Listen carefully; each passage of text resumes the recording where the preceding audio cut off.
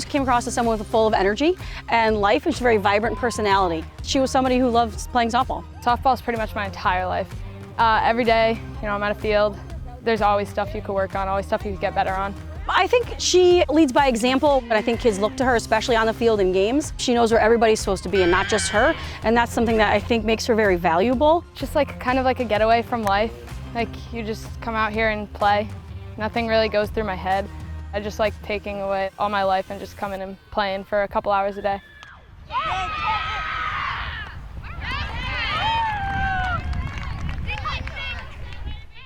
I was getting my hair braided for softball, and my neighbor pulled my head back, and my mom happened to walk by, and we saw a lump right here.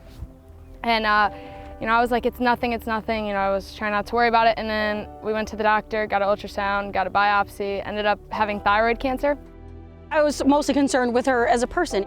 The whole concern was just that she was gonna be okay and just trying to support her in any way. I couldn't do much when I had my surgery, so I went to my games and just sat on the bench, which I don't like doing. I don't like just sitting there and watching. Cheered on my teammates though, but it was really hard.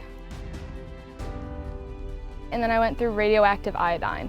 I had to be isolated for 3 weeks, to my room. I couldn't really see anybody because I was radioactive. I couldn't eat with my family, all that stuff. It was really hard.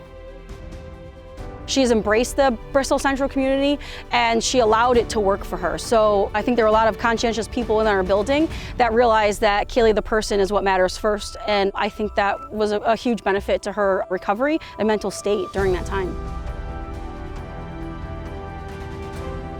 I had practice that day. I remember it was a Thursday. I was sitting at the doctor hoping they would clear me, and I got that clear, went right to practice right after the doctor. The idea that she wants to be out there has always been the same, but I think the difference I see in her is that there's not a scenario in a softball game that really rattles her, because to survive cancer is something that not too many people out there can say. So to lose a softball game or to make an error is really not a big loss to her, because she's already battled through true adversity and she's persevered and survived that. So, anything that goes wrong on a softball field is really of no consequence, and when it comes to what really matters in life. Because of the diagnosis, I was really late on recruiting and stuff.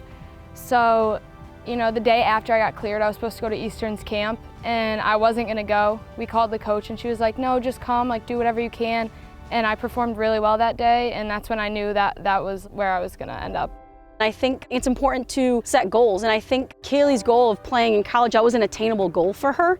And so I think that through everything that she had to experience last year, to still have that goal of playing there and to see that she's come out on the other side of it, it reinforces the idea that kids who have attainable goals can still accomplish those things, no matter what your adversity is in life. And I think that's what sports are, a microcosm for that, and for life, and for her to use softball as a vehicle to get where she wanted to go is clearly paying off dividends right now.